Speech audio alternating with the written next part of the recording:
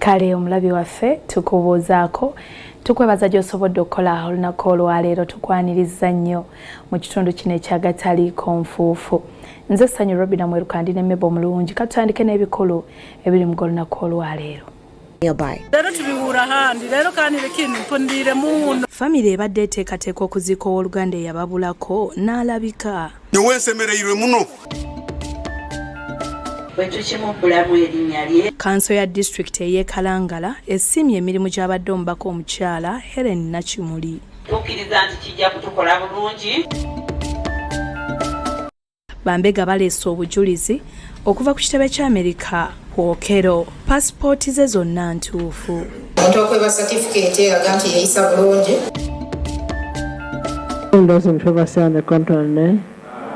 Paalamenti eyisizza omusolo nnusu 2 ku buli liita y'amafuta. There will be a ripple effect on all goods.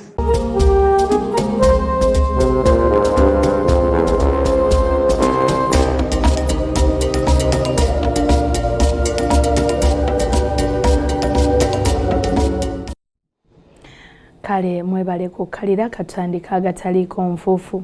Tutandise n'abooluganda abaabulwako omuntu waabwe.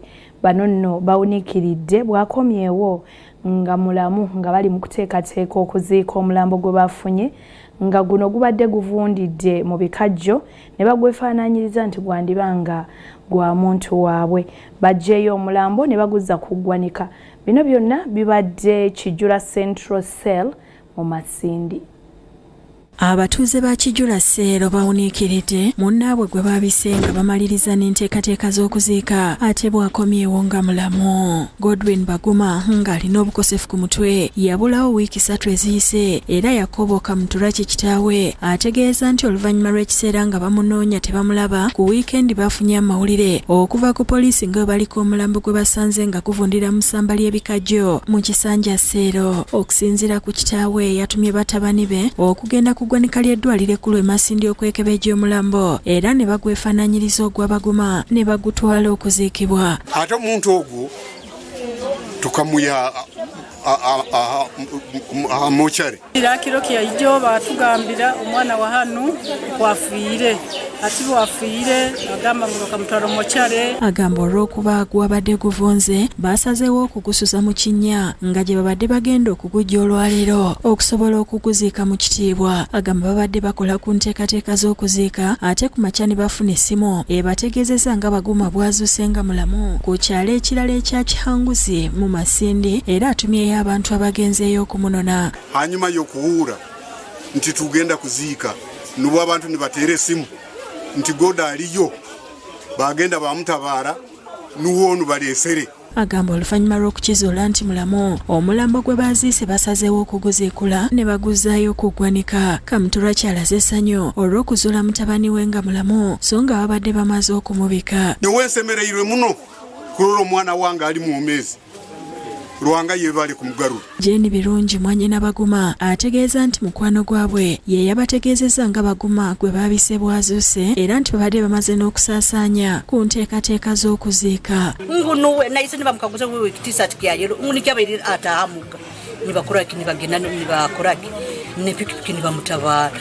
Asimwe Janet mulirwana waabwe agamba nti batuuse ku babadde tebakirabangako nga kibakubye enkyukwe. Ekintu kino leero tubiwuura handi leero kanire kinu mpundire muno omuntu kyoka kyayitibwa muno bintu kintu kino tikikabawo. Omukwanaganya wa poliisi n'omuntu wa bulijjo mu Albertine Region era nga yakolanga omwogezi wa poliisi mu kitundu ekyo Solomon Mugisa ategeeza nti wiiki ewedde ku Lwokutaano baazuula omulambo nga guvundira mu bikajjo ne bagutwala mu ggwanika nga we banoonyereza.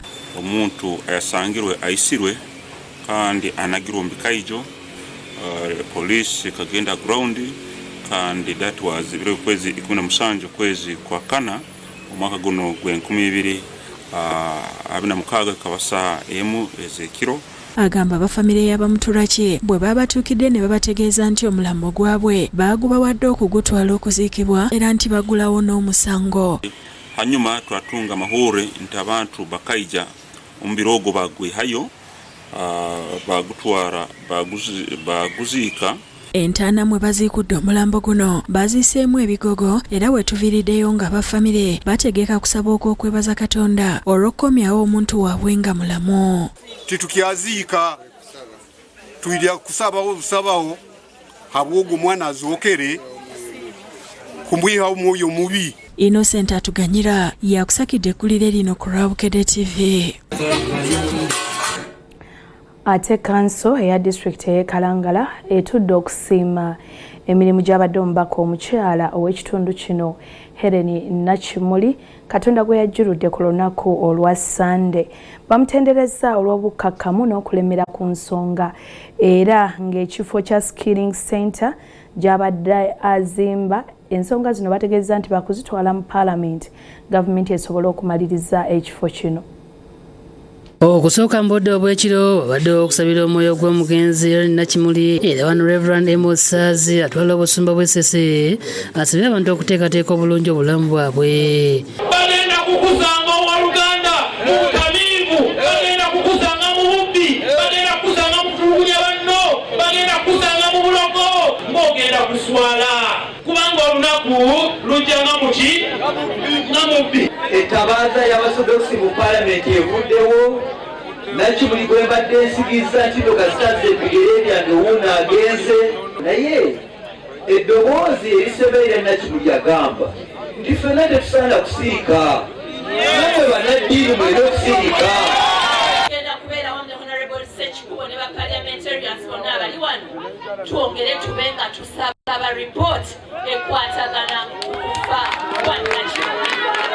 Ebyokwogera Honorable Nakimuli bingi nnyo naye abantu b'e Kalangala mwebale nnyo mwatuwa ekimuli. Olutuula luno ssente wa disitulikiti y'e Kalangala Rajab Semakula aleese ekiteeso ekisima emirimu gya Nakimuli era kisembeddwa kansala Irene Nakanwagi.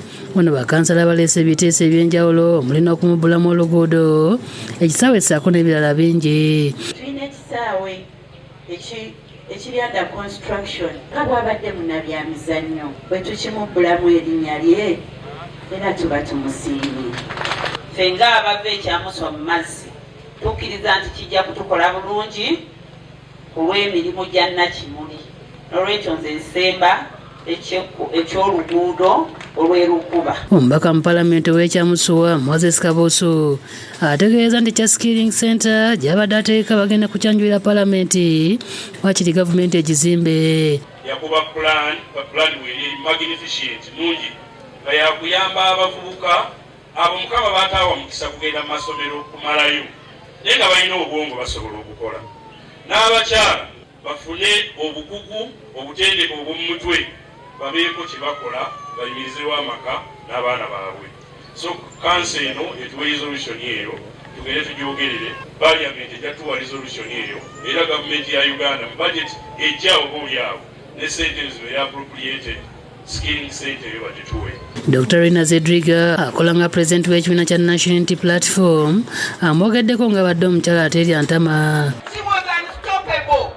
Even in her death, she is unstoppable. Kangubulire, she is a seed you have planted and she's going to germinate everywhere. Yekitaawe w'omugenzi nga ye Father Christopher Lusimbi asabye abakungubazi okuliisa abaana mu mpisa. Tufeeyo nnyo mu nsimbuluzo z'eka gye tukulira era engeri nammwe gye mukomoki abaana bammwe kubanga eyo y'ensi mubeere n'ensigo ezirina emmere eso nga ziva mu ggwe ne zigenda mu baana ne zigenda mu ggwanga. Nebaza buli omu azze wano mbebaza yaje mumuwadde wakyali mulamu. Obubaka bwa minisita w'enguudo n'entambula Jane Edward Katumba Amala busomeddwa omumyuka wa RDC w'e Kalangala ng'ono asaasidde abasese olw'okuviibwako omubaka w'abantu. She has been so instrumental in molding direction to take. I would like to extend my sincere condolences to the family, friends, people of Bukasa Island, Kalangala Island District, Party President, Honorable Chabans Robert, and the family. Omubaka wa Pulezidenti e Kalangala Freddy Badda agumizza abagenda okuziika entambula egenda kubeerawo. Twebaza Paalamenti ya Uganda yakkiriza okututeerawo bbaasi wali Nakiwogo emmere bw'eneera tuusaawo abanaabasobodde okufuna egyo emitwalo 2 ejja batwalira bwereere n'aba n'agendera ku MV Kalangala nammwe mujja kusobola okukozesa bbaasi bwe zinaaba zikyamala. Omubiri gwa Nakimuli mu kiseera kino ng'ojjidde ku kitebe kya disitulikiti y'e Kalangala mmotoka za A+ ogwolekeza e Kampala olw'enkya gubeere mu palamenti. Samuel Nkuba yakusakidde eggulu eno ku lwa Bukedde TV. Omwoyo gw'omugenzi twongera kugamba nti Omukama agulamuza ekisa. Ate kkooti enkulu ewozesa omusango ogw'obutemu oguvunaanibwa Okero Christopher agambibwa okutta abaana be yasanga mu kifo awakuumirwa abaana ekyagaba Early Childhood Development Center etandise n'okuwulira obujulizi bwa mbega wa poliisi ng'ono yakola okunoonyereza ku ttemu lino. Ono ategeezezza kkooti nga bwe yakolagana ne Embassy ya America ne Ministry ez'enjawulo kakasa obutuufu bw'ebiwandiiko nga muno mwe muli ne passport z'Okero. Omulamuzi alisiko Muhanji Kawoha ayingidde olunaku olw'omukaaga ng'awuliriza omusango gw'ettemu okuvunaanibwa Christopher Okero Nyum agambibwa okutta abaana 4 ku ntandikwa y'omwezi guno Eggaba. Omujulizi we-15 Eseret James Mbega wa poliisi Kabalagala annyonnyodde kkooti eno etuula Eggaba ku kifo ebattira abaana bano nti yasaba mukama we Senior Commissioner wa poliisi Cherimo Biata okuwandiikira minisitule ekola ku nsonga z'ebweru ng'esaba ekitebe kya Amerika okolagana nabo mu kunoonyereza ku musango kuvunaanibwa Okero okuzuula obanga passport z'alina be baazimuwa. Agambye n'ekitebe kya Amerika mu Uganda kyakakasa obutuufu bwa passport zonna Okero z'alina era nga bassaako n'ebbaluwa eraga nti mutuuze mulungi atazanka omusango gwonna. Omuntu okweba certificate eraga nti yeeyisa bulungi. Ono agenze mu maaso n'ategeeza kkooti nti ebbaluwa endala yawandiikibwa ab'ekitongole ekivunaanyizibwa ku bantu abafuluma n'okuyingira eggwanga nga bano baakakasa nti Okero yali yafuluma n'okuyingira eggwanga enfunda eziwerako. Agambye nti yayingira eggwanga ng'ennaku z'omwezi lumu mu Novemba omwaka oguwedde. Eseriti era ayongedde okunnyonnyola kkooti nti Okero yagendako e Nairobi ng'ennaku z'omwezi 28 mu Gatonnya w'omwaka guno n'akomawo ng'ennaku z'omwezi 9 omwezi ogwokubiri era nga yayita Busia. Bakituuse ku kya driving permit ya Uganda kyazuulibwa nti Okero yabayiga kyokka yali yaggwako akitegeeza nti talina permit ya Uganda. The information that was provided is that the accused had been given a learner's permit which expired before he could complete the process. Munnamateeka wa Okero Richard Kumbuga wakanyiza okuwaayo obujulizi buno mu kkooti ng'agamba nti Mbega talina buvunaanyizibwa ku biwandiiko by'aleese byava ku kitebe kya Amerika ng'ono abadde ayagala bawandiika okuva ku kitebe kya Amerika beetabe mu kkooti babiweeko obujulizi kyokka omulamuzi n'akigaana. Ono era alwanye nnyo okukakasa kkooti nti Okero yaggyibwako statement kyokka nga bakimanyi bulungi nti yatabuka omutwe era yamala emyezi 9 ng'ali butabika. Will I be right to say that there is information this person spent some month, 8 to 9 months in Butabika when he was receiving treatment? Yes, that information is there. Okay. I found that since you are in possession of statements about his mental status, did you find it prudent or necessary to visit Butabika Hospital and come up with information regarding it? My Lord, I am aware of that, and the accused was subsequently examined. And the medical report is on record. Kkooti era ewulidde omujulizi we-16 Mpamizo Agre yalondoola akawunti za banka wamu n'enkozesa ya ssente ku mobile money ku nnamba y'Okero MTN nooti 7695 82 62 nooti. Agambye nti Okero yalina akawunti 3 okwali eza $2 n'eya Uganda emu nga zonna ziri mu Stanbic Bank. My Lord, I retrieved the bank statement for the 2 accounts. When? On 16th April 2026. I also obtained the court order for inspection of account number 903 002 728 5324 in the name of Onyum Christopher Okero. Annyonnyodde kkooti nti akawunti zonna yazigulawo ng'ennaku z'omwezi 5 mu Novemba w'omwaka oguwedde ng'akozesa endagamuntu ye. Agamba nti yasooka n'ateeka $1 ku akawunti emu nga n'endala yasaako $1. The first USD had initial deposit of USD, United States dollars, 2,100.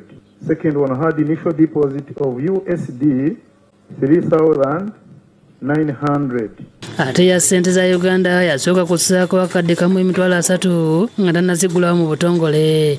Ategeeza nti settlement ya banka eraga nti Okero yafuna ssente obukadde 6 wakati w'ennaku z'omwezi 1 n'ennaku z'omwezi 2 omwezi ogwokuna ku ssimu ye nga zava ku akawunti ye ya Stanbic Bank. Mbamizi agenze mu maaso n'ategeeza kkooti nti wakati wa Novemba nga 1 okutuuka mu mwezi ogwokuna nga 16 akawunti ya Uganda yaliko obukadde obusukka 20 oluvannyuma obukadde 2 bwagibwako. Bateekako ssente obukadde 16 mu emitwalo 19,150 mu siringi 675 era ne bongera ne bateekako ssente obukadde 4 ng'akozesa namba y'essimu ye eya MTN. Oludda oluwaabi era luleese omujulizi we-17 Assistant Superintendent of Police Barnabas Harerimana omukugu mu kwekebejja ebizibiti n'okunnyonnyola ebivuddemu. Ono yeekebejja ebizibiti byonna ebyasangibwa mu kifo awattirwa abaana nga byamuweebwa AIP Shadrack Kisitu gwe bakola naye omulimu gw'okwekebejja. Ono agambye nti yabikakasa oluvannyuma lw'okukebera foomu 17 eya poliisi yali ewandiikiddwako ebikwata ku bizibiti bino. Ono ategeeza nti yakebera endagabutonde giyite DNA okuva ku bizibiti era n'akola alipoota ereeteddwa mu kkooti. Agenda mu maaso okufuna endagabutonde ne tuziteeka mu bipimo ne tuzeekebejja era oluvannyuma bwe byavaamu n'engenda mu maaso n'okubinnyonnyola era n'enkola alipoota ey'ebyo byali bizuuliddwa. Omulamuzi Omuhanja omusango gwongezeeyo okutuusa olunaku olw'enkya nga wakutandikira ku mujulizi ono. So I propose that we have this witness tomorrow as early as 9 so that he gives us his technical evidence. Judith Nalugwa ne Moses Sewankambo bebakusakidde eggulu eno ku lwa Bukedde TV. Parliament eyisizza omusolo gwa nnusu 2 ku buli liita y'amafuta ga petro n'eya diesel okusobozesa ekitongole ekiwozi ky'omusolo mu ggwanga okusobola okutuukiriza ebiruubirirwa byakyo eby'okuŋŋaanya omusolo ogusoba mu buwumbi 44 mu mwaka gw'ebyensimbi ogujja ogwa 2026-2027. Ku ntandikwa y'omwezi guno, Minisita omubeezi w'ebyensimbi Henry Musaasizi ayanjula bajeti y'eggwanga ey'omwaka ogujja y'abuwumbi $8,412 omwali n'emisolo emipya. Emisolo emipya kwaliko ogw'okumafuta, ebizimbisibwa nga seminti, langi, omwenge, butto, betting n'emirala. Era sipiika ensonga yasindika mu kakiiko ka Paalamenti ak'ebyensimbi okwongera okuzikuba mu ttooki. Mu lutuula lwa Paalamenti olwaleero ssentebe w'akakiiko ako era omubaka wa Lwampala Amos Kankunda asomedde Paalamenti alipoota ku byakkaanyiziddwako. The committee recommends that the proposed amendment be adopted. In conclusion, Right Honourable Speaker and colleagues, the committee recommends that the VAT, the Value Added Tax Amendment Bill 2026, be passed subject to the proposed amendments. I hereby submit. Akakiiko kakkaanyiza ne gavumenti ennusu 2 zongerwe ku buli liita y'amafuta aga petroli ne dizero. Etegeeza nti buli liita ya petroli gavumenti gy'ebadde esoloozaako ennusu 1,505 kati akufunako ennusu 1,705 ate ya dizero ebadde gibwako ennusu 1,203 kati yakugibwako ennusu 1,403. Ababaka okubadde akulira oludda oluwabula gavumenti mu Paalamenti Joel Ssennyonyi ne Minisita w'ebyensimbi ow'oludda oluwabula gavumenti Ssemujju Nganda bategeezezza nti kibadde tekyetaagisa omusolo guno kubanga gugenda kulinnyisa buli kimu. You see, the thing about fuel, however slight the increment is, there will be a ripple effect on all goods and services. Where I want to differ is on petroleum. Madam Chair, our situation here is going to worsen because as we speak today, most of the petrol stations are drying out. We need to reconsider the taxes we are introducing. Stands part of the bill. Those in favor say on the contrary, nay.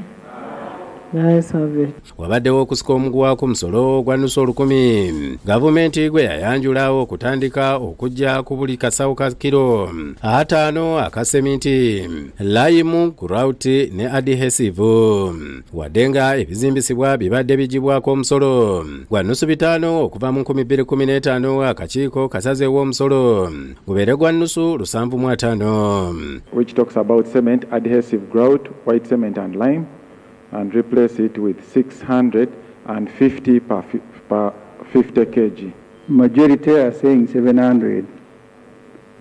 I am proposing a middle ground of 100 shilling and 50. In favor say on the contrary, nay. Nice have it. Gavumenti era yali ereese ng'eyagala okuteeka ennusu 3 ku buli kiro ya sukaali ababaka nga balabudde nti kino kigenda kwongerawo okunaabuuka kwa siringi era ne bagisuuza nnusu 100 nga kati baakuggyako ennusu 2 ku buli kiro ya sukaali. Palamenti era eyongezza omusolo ku langi.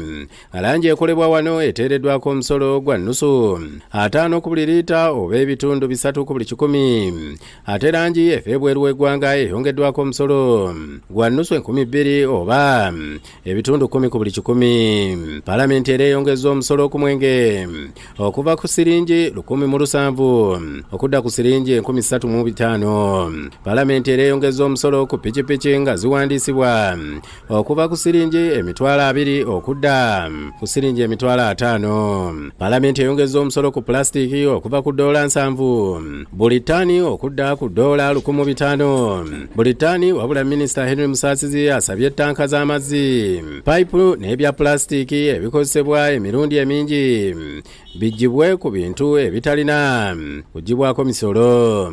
I want to appeal to colleagues that support me raise this revenue so that I am able to do your roads, I am able to do your electricity. Rachel Nakasi yakusakidde eggulu lino ku Bukedde TV. Kale ebyo bye biva mu Parliament. Njagala ate nkutegeeze ku lupapula oluganzi olwa Bukedde lwafulumye dda katale kweruli ku nnusu 10 lwokka. Bukedde atandisizza emboozi egamba nti ab'ekalangala tebamatidde ku nfa y'omubaka waabwe Nakimuli. Eddwaliro gye yafiiridde bafulumizza ekiwandiiko. Bukedde y'omu akuleetedde n'emboozi egamba nti omusango gw'okutta abaana eggaba kooti bagiraze ekisa ekyakozesebwa mu kutulimbula abaana ne tekinologiya akirimu. Era Bukedde akuleetedde emboozi egamba nti okulonda kwa LC1 tukuleetedde ebyalo ebiriko enkaayana bibanja bukulembeze bupya. Ago nno ge nkutegeezezzaako ge matono naye Bukedde alina bingi by'otasaanidde kussubwa, n'olwekyo kera ku makya ogula olupapula luno ku nnusu 10 lwokka ofuuke mumanyi. Kyekitundu ekisooka ekyagataliiko nfuufu tugenda kuwummuzaamu tudde n'ekitundu kyaffe ekyokubiri mulimu gano.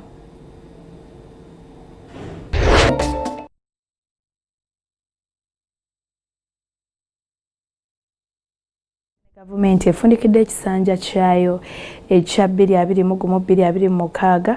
Ssaabaminisita Robin Nabbanja n'awa alipoota eraga nti ku ebyo byonna bye basuubiza babikozeko ebitundu 87 ku 100. Ssaabaminisita Robin Nabbanja agikwasizza Ssaabawandiisi wa NRM Richard Todong.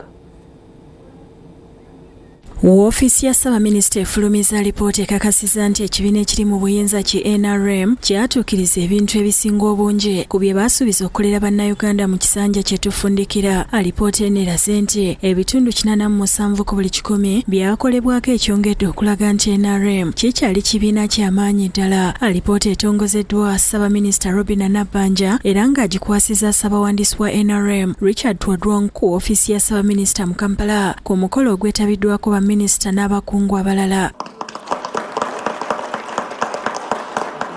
President Museveni aliko ebisuubizo ebiwerera ddala 89 bye yasuubiza okussa mu nkola mu kisanja kya 2025-2026 ku lw'enkulaakulana y'eggwanga nga ku bino 434 byatuukiriziddwa ate ebirala bisiddwako amaanyi okukolebwako. Biraze nti ebitundu 88 ebintu bye twalazaanya eggwanga tubikoze. Alipoota ennere eraze nti mu kisanja kino gavumenti esobodde okukendeeza ku bwavu obuluma bannansi nga busse okutuuka ku bitundu 16 n'akatundutundu kamu ku buli 100 okuva ku bitundu 21 n'obutundutundu 4 ku buli 100 mu 2016. Zino bali bitundu 3 era ekireese ekyo kiri nti puroguramu zaffe nga PDM eyambyeko abantu okuva mu bwavu. Naye ate tusuubira twagala tubakendeereze ddala. Amaka geeyubudde okuva mu bulimi obw'okukolera olubuto lwokka nga kati agasinga geetanidde eby'obulimi eby'ensimbi so nga n'enteekateeka za gavumenti ez'okulaakulanya bannansi okuli PDM emyoga n'endala ziwadde abantu essuubi. Ate abaavulunkupe bennyini abali obubi owaituuka omulunyolo bagamba ncweranyatire kuno twasanga nga bali bitundu 21.5 kakati saawa zino bali 16. Twagala kubalirawo ddala abaavu mu Uganda buli muntu abenga akola okufuna ssente. Ebyenfuna by'eggwanga nabyo byongedde okukula okuva ku triliyoni 128 n'obuwumbi 5 mu 2019 okutuuka ku triliyoni 226 n'obuwumbi 3 so ng'era kiteeberezebwa nti omwaka gw'ebyensimbi guno we gunaggwerako bijja kuba bituuse ku triliyoni 254 n'obuwumbi 2. Once the oil production begins later this year, double-digit growth is projected. Emirimu mu kisanja kino gyeyongedde okuva ku mitwalo 25,286 okutuuka ku mirimu emitwalo 34,539 nga kivudde ku bavubuka okuba nti beetanidde ebyemikono ne beetonderawo emirimu.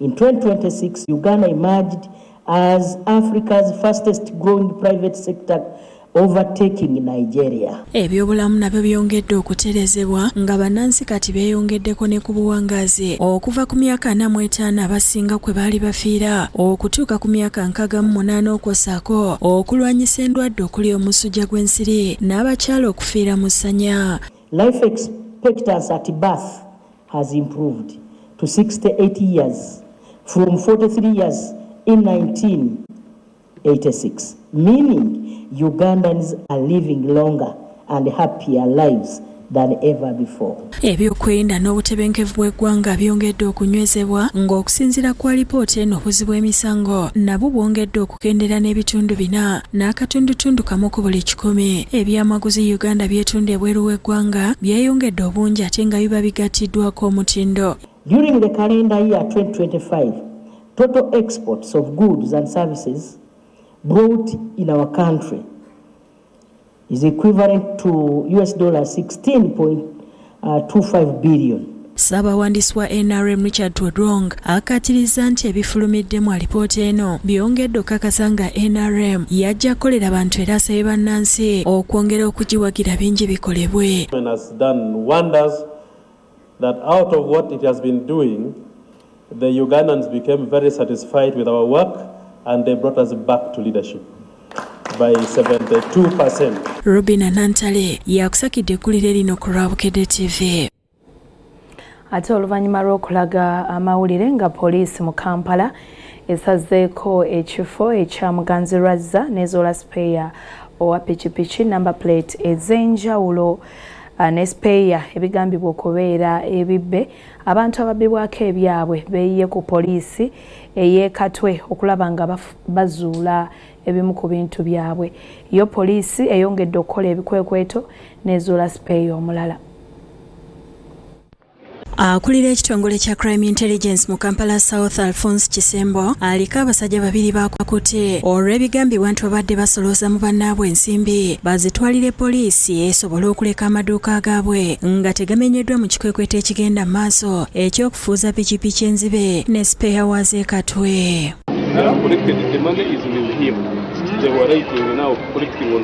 Ababuuziza ebibuuzo eby'okumukumu era n'alagira abasajja b'okubaaza nga basangiddwa n'ensimbi enkalo obukadde 3.40 era nga batwaliddwa ku poliisi y'e Katwe gye bakuumibwa kati. Kino kidiridde poliisi olunaku olw'eggulo okuggala ekifo kya Muganzi Lwaza ne baaza amaduuka agaggalwa ng'amagye geebulunguludde ekifo kyonna nga tebakkiriza muntu yenna ayitawo. Olwaleero poliisi ng'ekulemberwa mubangizi n'akulira ekitongole ki Crime Intelligence mu Kampala Julius Sabirye ku mulundi guno bazze n'ebitangaaza era balabiddwako mu buli kkubo eriyingira ekifo kino.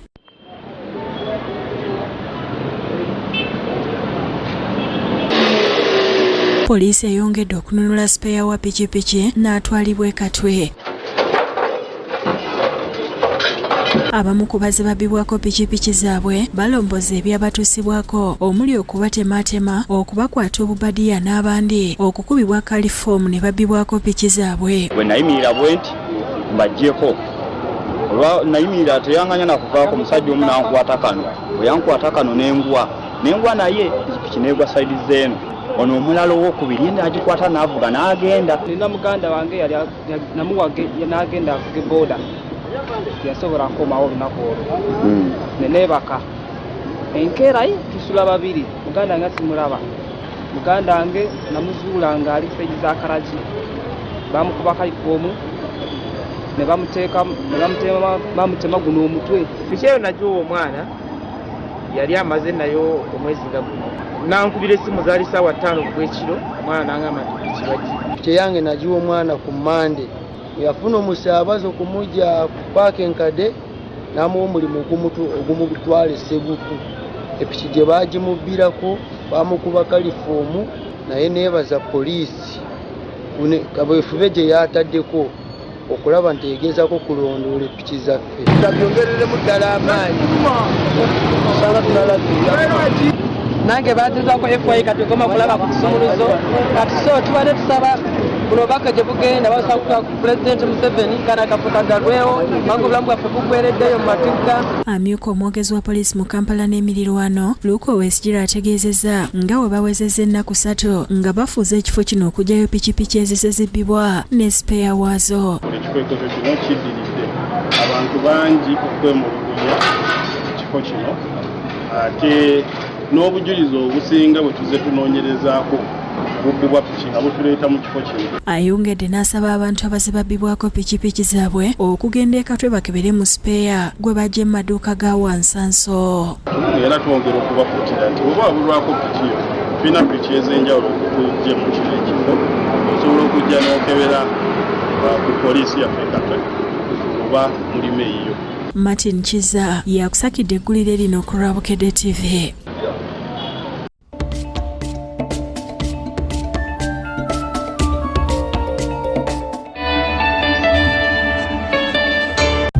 You don't use Momo, you get insulted by strangers.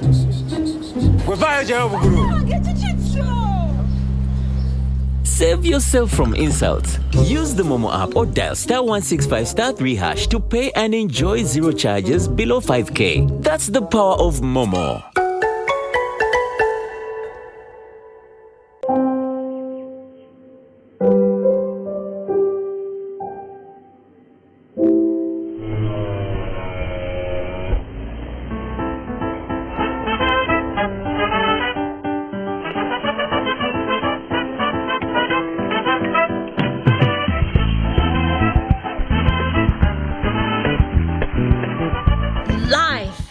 Beautiful, soft care pads. So fit, so right. There's a new way to keep your breath fresh all day. Introducing Move It All Day toothpaste, made to give you powerful night gum defense and tooth whitening. The charcoal flavor gives you deep cleansing, powerful stain removal, and the herbal delivers natural strength for healthy, confident smiles. Choose Move It All Day toothpaste and enjoy freshness all day.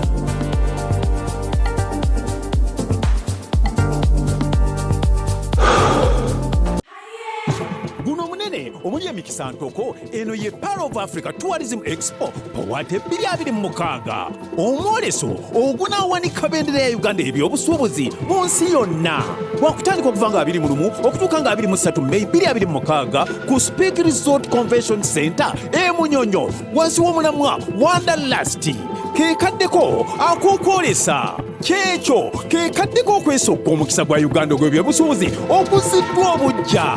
Abalimi b'obulambuzi, abalimi b'entambula n'ab'emikago gattaka abo abanyumira ebyobulambuzi mubeere basaale mu Powate 226 weeyunge ku bantu abaagaliza okugulira emikisa gyo egy'ebyobusuubuzi egiziddwa obujja. Okwetaba oba okwewandiisa ku www.powate.co.ug. Powate ekuleeteddwa Uganda Tourism Board ne banywanyi baayo. Come to the world of good night's sleep. After a long day's work, choose comfort by sleeping comparable sleep. Patriots Club ne Patriotic League of Uganda baita mwena abantu okwetaba mu misinde mu bunabyalo Geno MK 52 birthday run ngabiri mukaga epo au ku Kololo Independence Grounds. Emisinde gitandika sawa 12 ez'okumakya ku mukaga emisana twagibaraza Run for Charity, Run for Hope, kiti zigula emitwalo 2 funa kiti yo kuva ku Shell Kisasi Bukoto Road oba ku Serena Hotel oba ku PLU head offices Naguru oba ku simu noti 7 9535 oba noti 7 mukaga 325 mukaga tugirete woli sente zivamu za kuyamba amaka abana batalina mwasirizi babies homes gafuuka g'omutindo omuddusi omukulu ye CDF yennyini Geno Muhoozi Kaine Rugaba enziruka y'omwaka guno erika sape ne swaga bintu byakusiba maso na kubeera fiti odduka bwoko ne kitinga ebyana biri bera bitebita abiri mukaga epo Kololo Independence Grounds biwagidwa Patriots Club ne Patriotic League of Uganda. For 60 years, Uganda Warigi has been part of our biggest moments. From the manyatas to the evening bars of Chirekabanda, being Ugandan is finding goals anywhere. We buy this, sip that, kasavu kanyama. We chapa kazi by day and kuna dance through the night. That's the spirit of being UG. Is that a UG? Yes, it is. Well, if it's UG, let's go cheers. Uganda Warigi, the spirit that binds us.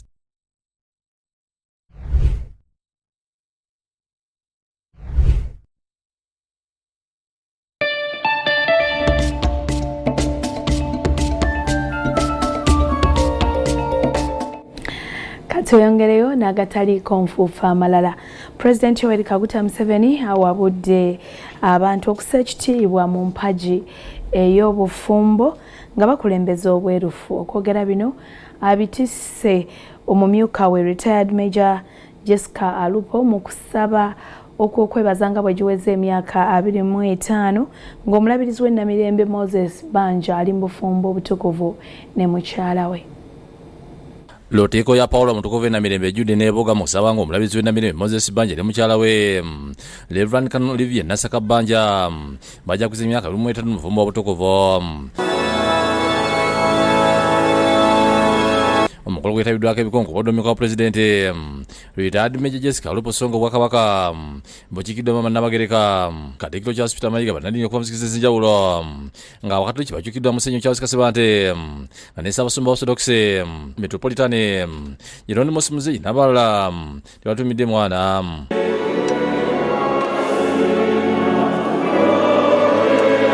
Okusa okulimiddwa musabalabirizi Dr. Samuel Stephen Kazima Mugalu nga bibwako aweereza abalala Kazimba azemu okubisa abagole ebira eby'obufumbo obutukuvu buli obunaasuubiza okuma mu n'okutuusa okufa okuli baawukanya. Nja kwongera okukusaamu ekitiibwa n'omubiri gwange. Kazima mukubulira yogedde ku bukolo bw'okusima n'okwebaza Katonda era n'akuutira abajaguzi okusonyiwagana n'okuyambagana. Teri bufumbo kugenda kukula nga kujjudde okuyombagana n'okulwagana. Mulimu abasajja bategeeza nti bannange nafuna omukazi naye avuma. Akuvuma n'akuleka n'okuvuma. Best man abadde right Reverend Dr.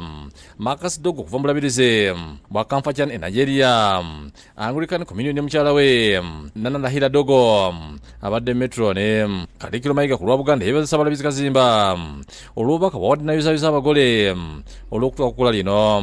Nebaza Ssaabalabizi atukulembedde mu kusaba kuno n'olw'obubaka bwatutuusizzaako era bwe tutegedde nti mwanse tonaba kuvaamu. agambye nti abakulembeze akulabirako era bwe bakola ensobi eggwanga liba makati abaga n'asiima omulabizi bbanja olw'okubeera ekyokulabirako nga bakola ebituufu. bwe tugamba nti obufumbo bwe musiki gwa Eklezia oba ekkanisa naye nga ffe tetulaga bukulu bwabwo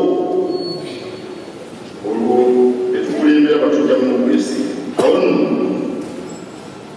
tulisabye Bishop Moses Banja ne Kanu Olivia Nasaka olw'okutuwa ekyokulabirako ekirungi mu nsonga z'obulamu.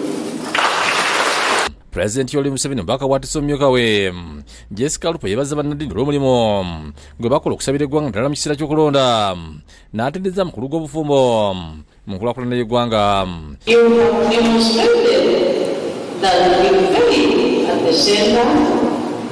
A marriage can flourish and become a pillar of strength, not just for a family, but for the entire community. Yebaza omulabizi Banja ne mukyala we Profesa Nasaka Banja olw'okubulira enjiri ey'obwesimbu n'obwesigwa n'asaba Katonda ayongere okunyweza obufumbo bwabwe. I want to thank Bishop Banja for your faithful service that has brought transformation in the lives of many Ugandans. May the Almighty God continue to bless your union with good health, joy, and prosperity. Ismail Nsubuga yakusakidde eggulu ku Bukedde TV.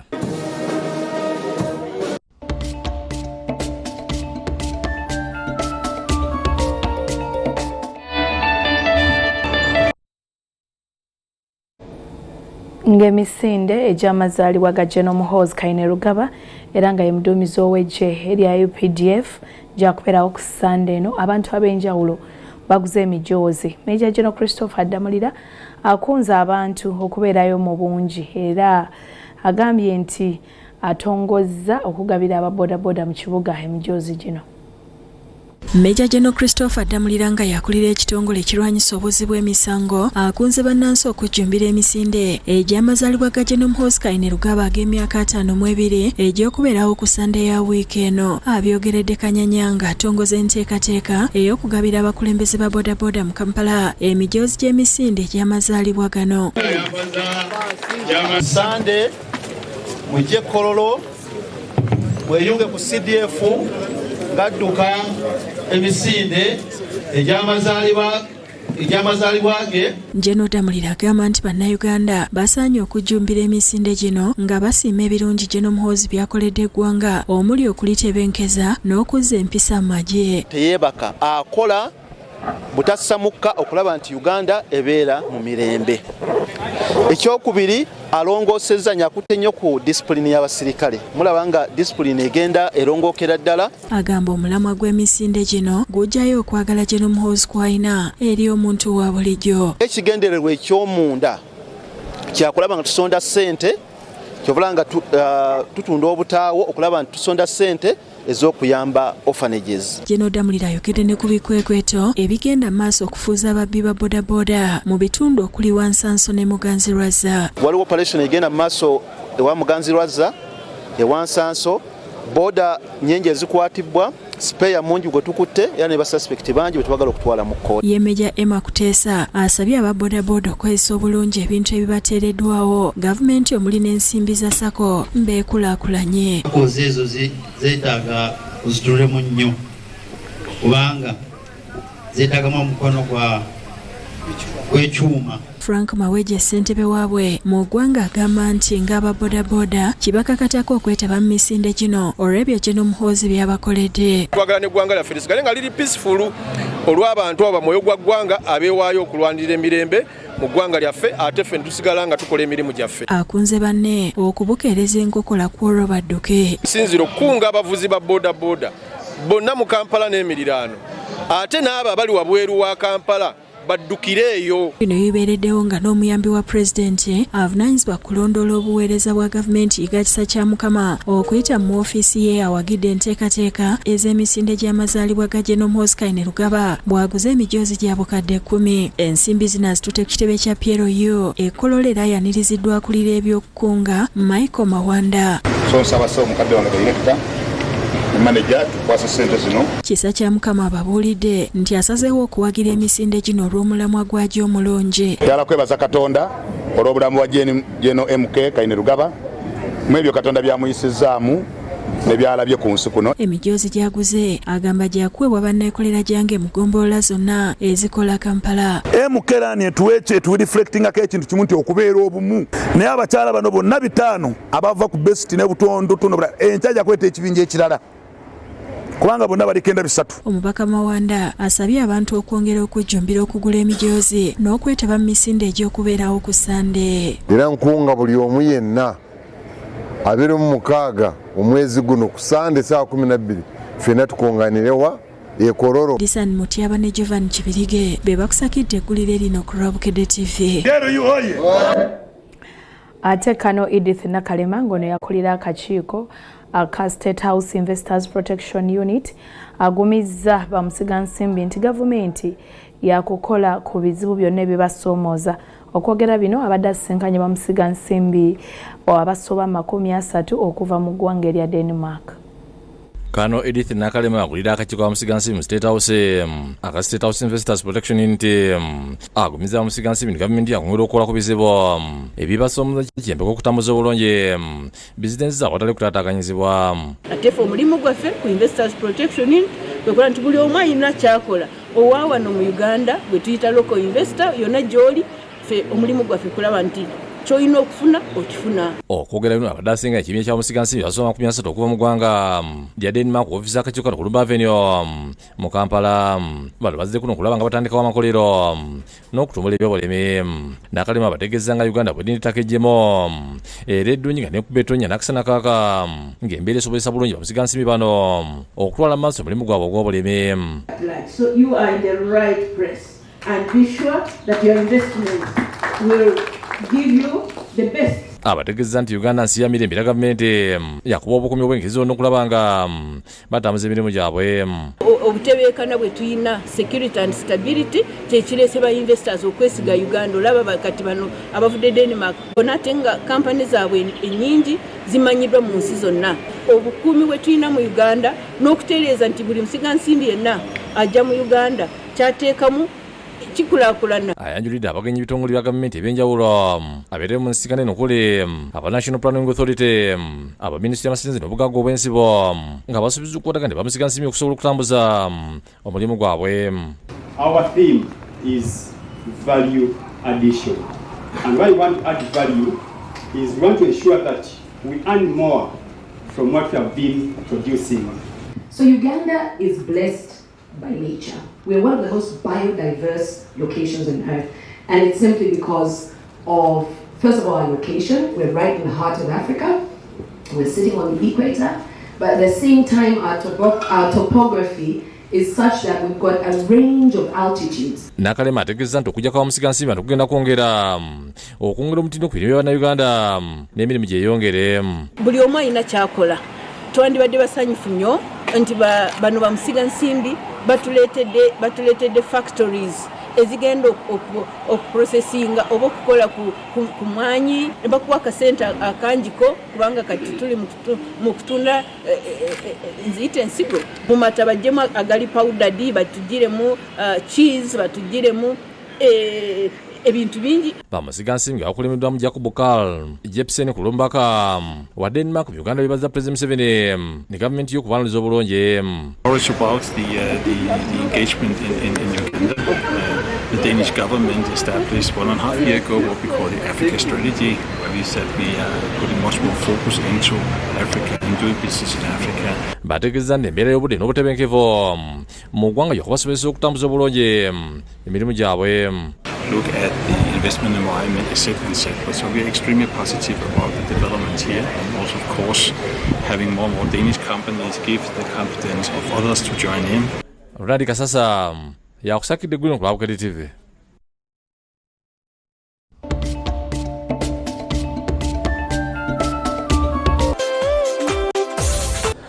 Lubulwa Lorian n'ekino kyaffe emizannyo agatali konfuufu wano ku Bukedde TV1. Tutandikiddeko mu Uganda Premier olunaku olwaleero emipiira 6 gye gizannyiddwa ku biseera ebyenjawulo wabula maaso tusinze gateeka ku ttiimu 2 ezivuganya ku kikopo kya Starter Premier League season eno ezibadde mu nsiike olunaku olwaleero nga zombi zibadde nga Vipers Sports Club wamu ne club ya KCCA FC. Timu zifunye obuwanguzi ne zigenda okugenda maaso n'okubanga zongera okulaga nga buli emu yeetaaga ekikopo kya league ekya season eno. Vipers Club ebadde buhimba era ekubye bannyinimu ababuhimba ku goals zibadde 2 ku bwe eziteebeddwa Ilale Mukondane wamu ne Abdul Kalim Wata. Yo club ya KCCFC goal yaeze mu kitundu kya kubi bameze entebe UPPC ku goal ebaddemu ku bwerere ng'eteebeddwa Sami Sebaduka. Katulabe goal ezitusiza club ya ku buwanguzi olunaku olwaleero bwetu negenda maaso n'okubanga yenywereza ku kira waggulu. And create overlooking for opening goal. It's a flick from Mukundane. Vipers with the opening moment.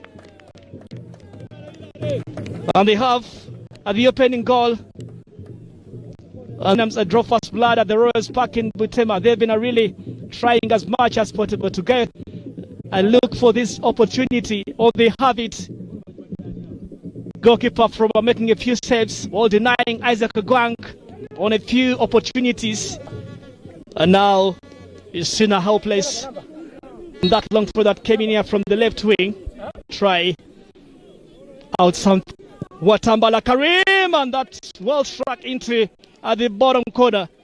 Visitors double their lead through their top scorer in the Star Times Uganda Premier League, Watambala Karim, their best player.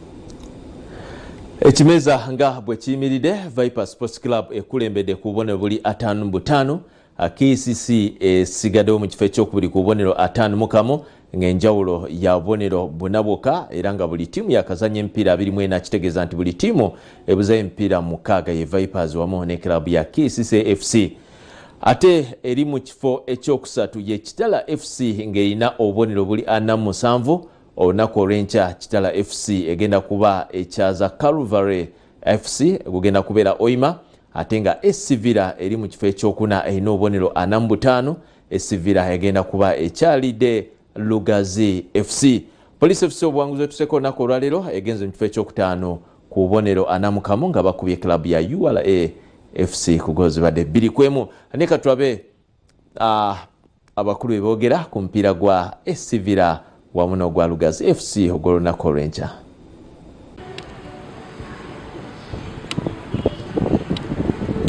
Team is very good on playing on result, very good on playing on defense, but you have same good counter-attack. Because of that you need to prepare, you need to have focus on these things. We want to stay on top of the league because of that we need to win tomorrow game, and he must to win always is difficult. Because of that we try, we push, and we give everything to win the game. Playing Villa at this time is a massive challenge and a massive opportunity to turn the performances we have had lately in our last 2 games against Entebbe and Calvary. They have been great performances, so it is an opportunity for us to turn those performances into 3 points. So it is an opportunity to face Villa. They are playing well, a team on form, but that will not stop us from coming tomorrow to see that we get the 3 points and make our improvements the way we have been making them. Games be twice to tell nga tufuna chances nga kesi twafuna almost 4 chances zikiri nga tulina zitera tetwasobola kukirininga bulungi. Kyensuubi yatukomyewo tuconcentrating nnyo mu scoring na muno ku defendinga okulaba nga tugoba omupiira ogw'enkya, okulaba nga tudda mu race abantu abasatu. Nga tuviddeyo mu Star Times Uganda Premier League atugende butereevu ku kisaawe kya Stadium eky'Nakivubo nga tukyagenda maaso n'okuba tutunira ekisaawe ekyo okweza emyaka 10. Olunaku olwaleero atuwayizaamuko n'eyali kapiteeni wa club ya Express FC wamu n'ettiimu y'eggwanga eya Uganda Cranes George Semogerere.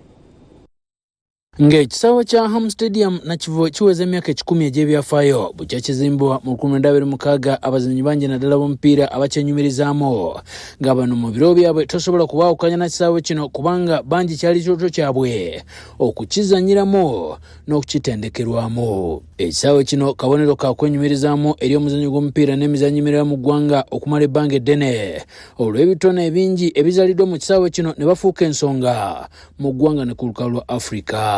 George Simogerere y'omukwabo abakyenyumirizaamu ng'ono yaliko kapiteeni wa Uganda Cranes ne Kirabe Express FC wamu n'ekika kye eky'olugave ng'ono ebikopo n'engabo nnyingi ezawangulidde mu kisaawe kino eky'Nakivubo. Omukisa tinze omu ku bantu abadde nga ekisaawe ekyo weekiri era kisambiddemu paka lwe kikyusiddwa then ate nekikolebwanga bwe kiri. Naye nze n'omukisa empiira gyali gyonna ekisinga nkisambidde awo kubanga twasambangaho omwandawe nga Express enza okukyaza leero ate nayo bakikyazaawo wennyini kubanga samba tezaalina bisaawe zikofi tezaalina bisaawe ttiimu nnyo tezaalina bisaawe nga tukyalizaawo omwandawe naye nga tuweza emyaka 10 nga tusanyukira Nakivubo. Naye nze ng'omu ndi musanyufu okuba nti emyaka 10 gigenza okuwera nga wendi nga George Semwogere former Uganda Cranes captain tiawo nankoleddwa emikolo mingi nnyo ku bantu nabo ne bankolako mingi. Mu biseera bwe bazannyira omupiira Semwogere agamba nti buli muzannyi yayayananga okutuukiriza kirooto kye okuzannyirako mu kisaawe kino ekya Nakivubo aba wano n'okuva mu mawanga aga East Africa. Okusookera ddala mu Uganda tulina ekisaawe ky'eggwanga eki ekimu kyatuwozi Nakivubo Stadium kati nga buli muntu yenna ayagala kusako Nakivubo n'obeera Kabaale n'obeera Luddawa n'obeera Luddawa kyatulina kusamba Nakivubo. Ffe twalinga e Rwanda nga bakugamba njagala genda kusamba Nakivubo ngero tuke Rwanda ndio habanja kusambira nakyo kisaawe kyali team East Africa. Akaseera kakesanyo katasobola kwerabira mu kisaawe kino n'omupiira ogw'okusunsulamu ogw'empaka za Africa eza AFCON mu mwaka gwa 1999 nga Kasasa agenze Cyprus ne banondo okusamba n'Enkada basaba Majidu Musi and that game yagwa 0-0 naye nga omugenzi Peru yangamba guno genda gusamba totya isiwa first match enene nga wakajamu Express naye gwe tokola nsobi gukube gye gyotunudde so mpira gwe gwajazenga nazangayo buzi naye raising mu second half incident endala gye nenyumizaamu twazanyiramu timu ya Nigeria one of the greatest teams nyenjikwata bayekini ngatenze captain. Ku ndabika y'ekisaawe kino bwogeraganya mu biseera byabwe Semwogere agamba kyanjawulo nnyo era enjawulo y'amaanyi ddala. Nakivubo yaliwo mu Lutobazi nategeeza takala yasinga akadde akalungi Nakivubo yali alakinga obuzikuzibwa ngabula kati kisaawe kyazimbibwa kina dressing room ennungi kina toilets and everything lutte yali then ate ono kyalina ekirungi nti alina new technology facilities ziri new ebintu byonna biyikola bikimula kati byo birungi bipya buli omu ayagala ekipya bisinga mu East Africa soka kiri mu tawuni makati kisobola n'abantu bonna b'oyagala naye twebaza Mukama nti kyaliwo tekitwaliddwa. Nga yeesigamika n'omutindo gw'ekisaawe kya Ham Stadium Semwogere ayogedde ku bukulu n'obulungi obw'okuzannyira mu kisaawe kino. Kiwalenze nina omukisa nalaba ku bazambi bangi nalaba ku Omuntu nalaba ku Jime Kirunda nalabako ku Mubiru Tanka nalabako ku Isaac Nkada kwa Jackson Mayanja ndabye ku Majidu Musi Baloni Vubya Steve Bogere nkugamba ekyo kuba biseera ffe twasambira omupiira walingawo ttiimu 16 naye nga zonna zirina abazannyi abalungi abagenda ku ttiimu y'eggwanga. One time Express yalina abazannyi 10 ku national team, one time Villa yalina abazannyi 10, one time Kesi yalina abazannyi 10 abali ku national team. Kyategeeza nti abazannyi abalungi abakawo baali bangi. Ng'ekisaawe kino kijaguza emyaka 10 egy'ebyafaayo bukya 1926 tukyakuleetera bannabyabyamizannyo bangi abeenyumiriza mu kisaawe kino okuli Sala Geoffrey Nyula ne Fred Mukasa amanyiddwa ennyo nga Gaso. Agetide musike by'emizannyo ekyo ky'olunaku olwaleero nja kwagaliza ekiri ku mata 10 mpeera musule bulungi mweraba. Ebyemizannyo mu Gatali Konfo. Mwebale nnyo mwebalira okuba nga mukkiriza ne tutambula ffenna mu Gatali Konfuufu. Nze Sanyu Robina mweruka mbadde ne Mebo mulungi naye teweerabira kuyitako mu Bakushona Designs wali opposite Old Kampala Primary School okufuna gomesi n'engoye zonna ez'emikolo ez'omulembe. Tubagaliza okusula obulungi mweraba. Abadde